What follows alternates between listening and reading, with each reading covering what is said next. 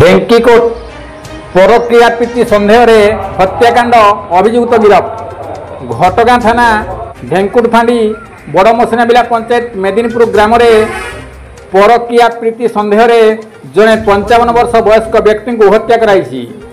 ए खबर पाई घटनास्थल में पुलिस पहुंचती। घटनार जनाई मेदिनीपुर ग्राम भद्रु महाकोड़ 55 वर्ष गत राति खाई पी घर बारंडार शोला।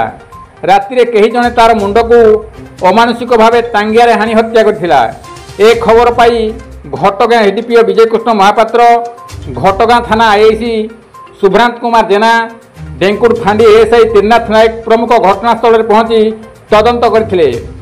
पड़ोशी गम्हा महाकुड़ 60 वर्ष को सन्देह करा एवं पुलिस ताकू पचरा उचरा करिया परे से हत्याकांड भैया स्वीकार करथिबा घटगां एडीपीओ विजय कृष्ण महापात्र सूचना देछंती। अभियुक्त को पुलिस गिरफ्त करथिबा बेले ता निकटरू रक्त भिजा पोशाक एवं हत्याकांड भैया टांगिया को पुलिस जबत करछि। तेबे निज स्त्री सहित मृत भद्रुर परक्रिया प्रीति थिबा सन्देह यही हत्याकांड गम्हा महाकोड़ करिथिबा जना पड़िछि।